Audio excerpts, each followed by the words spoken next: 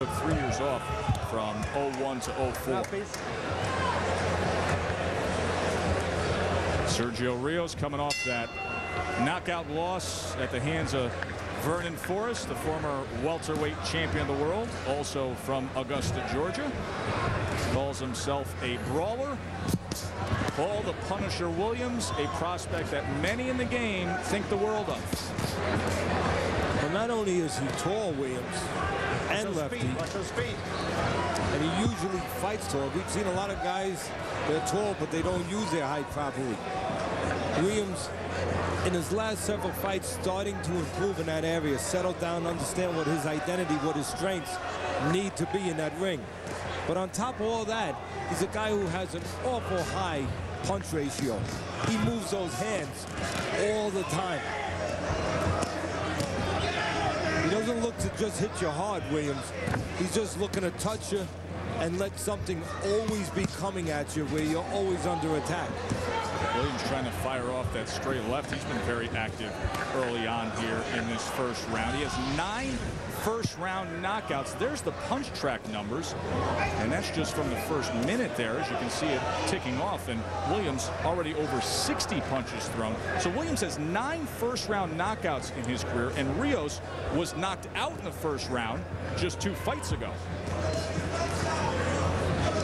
One of the many things that you have to like about Williams is just his physicality, his body. He has the body that I think gives him options to fight in 3 weight classes: welterweight, junior middleweight, and eventually middleweight, only being 24 years old. It makes for a very long career. A big frame, able to carry that weight. He's an amazing looking welterweight, and he comes in here and lands a good combination. Backs back out and tries to come in with a straight left and a right uppercut. Rios is very conventional. He's in front of you, does most things fairly well, but nothing special. He's got a guy in front of him who does everything he does much better, much quicker, much bigger, and from a lefty position. Difficult task in front of Rios tonight. Now watch Rios. If Williams wants to zero in on a television punch, so to speak, something that will really capture the imagination of the audience, maybe he can work on that left uppercut. Just watch Rios. Sometimes he'll lay his head on the right side. Be right in that zone for that left uppercut.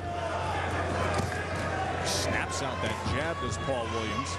Very confident, just throwing the leather here in the first round. There's that straight left hand from the 6'1" welterweight Paul Williams.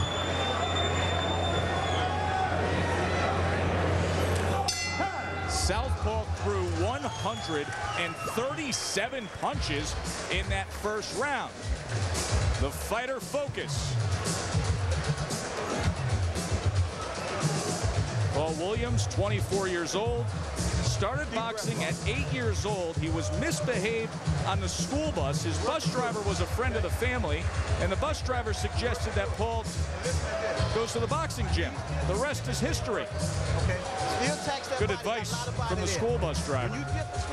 And 29-year-old Sergio Rios, 3 times was able to win national amateur titles in Mexico. And if you're from Mexico, your favorite boxer many times will be listed as MAB, Marco Antonio Barrera, who's going to be taking on Rocky Juarez, a veteran of many ESPN battles. Paul Williams, coming off a spectacular first round, was 45 of 137.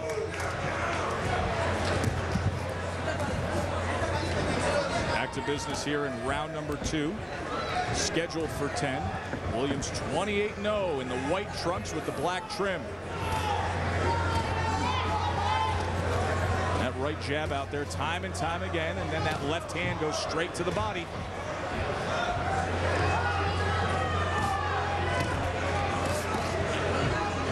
On the other side of those 45 landed is Rios, only landing 9 in that first round. Good body shot there. 3-punch combination from Williams.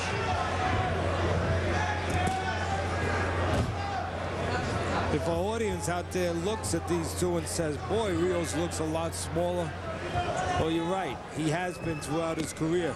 Turned pro 138 pounds. Most of his fights at junior welterweight. Just moved up to welterweight and junior middleweight in his last 8 fights. And Williams, his last fight, 147 pounds, but he's fought from welterweight, as we said earlier, all the way up to middleweight.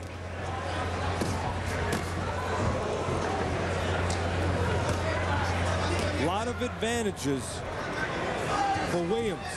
But again, if you're looking for one spot for Williams to really do something spectacular, looking for it to be with the left hand, the power hand of his southpaw, and look for it on the left side. Williams' left side, the right side of Rios.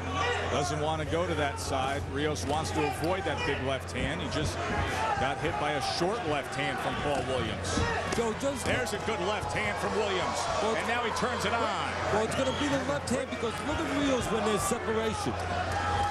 He moves his head most of the time finishing on his right side, the left side of Williams. And there's a reason for that. All the weight is on the right leg of Rios. That is why he's right side heavy. All the weight of Rios is forced onto his right foot, not sharing his weight. Oh, good shot there with the uppercut. And Rios goes down. And the 45 seconds to go into the second round. Remember, Vernon Forrest was able to take him out in the second round. Remember, the uppercut, a good choice as this fight is being stopped because the hands of Rios is up. But the uppercut able to split the guard, go where the gloves are not, right up the middle, and Williams doing a good job of selecting the proper punch to make this a quick night and make him 29-0. I asked him yesterday, you know, Vernon was able to take Rios out in 2 rounds. Do you have to come close to the same to impress? He said, maybe there's no guarantee, but he gave that little look that said, yes, that's exactly what I'm going to do. Spectacular showing from Paul Williams. Well, let's take a look at it.